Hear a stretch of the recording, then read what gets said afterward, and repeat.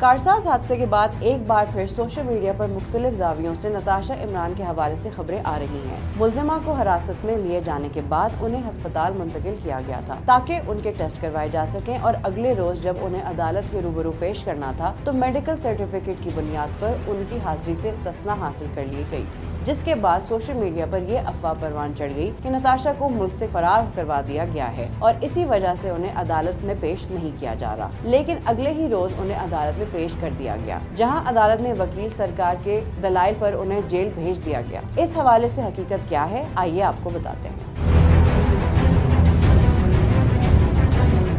इस हवाले से वी न्यूज ने राब्ता किया आईजी जेल खाना एजाज मोहम्मद हसन से। उनका इस मामले पर कहना था कि मुल्जिम या मुल्जिमा को अदालती रिमांड पर जेल भेजने का मतलब ये होता है कि वो अब अदालती तहवील में हैं, और अदालती तहवील का मतलब है कि जेल के अंदर और बाहर मुल्जिम की आमदोरफ्त, इलाज, मुआलजा या पुलिस की जानिब से तफ्तीश करना, सब के लिए अदालत की इजाजत की जरूरत है। मोहम्मद हसन कहते हैं कि जेल इंतजामिया अदालती नुमाइंदे की जानिब से पेश करदा दस्तावेज को देखती है और इस पर अमल करना इंतजामिया की जिम्मेदारी है। अदालती अहकामात के अलावा कुछ करना नामुमकिन ही नहीं बल्कि ऐसा सोचा भी नहीं जा सकता। मोहम्मद हसन के मुताबिक जब मुल्जिम की पहली बार अदालती तहवील में लिया जाता है तो उसके बाद उसे 14 रोज के लिए अदालती तहवील में रखा जाता है। अब चाहे जमानत मिलने से कबल वो 14 दिन रहे या 14 साल, लेकिन हर 14 रोज बाद उन्हें अदालत के रूबरू पेश किया जाएगा और अदालत का इख्तियार है कि वो उससे पहले भी मुल्जिम को बुला सकती है या दूसरी सूरत में अगर जमानत मिली तो वो अदालती हुक्म पर रिहा भी हो सकता है। मजीद अपडेट्स के लिए देखते रहिए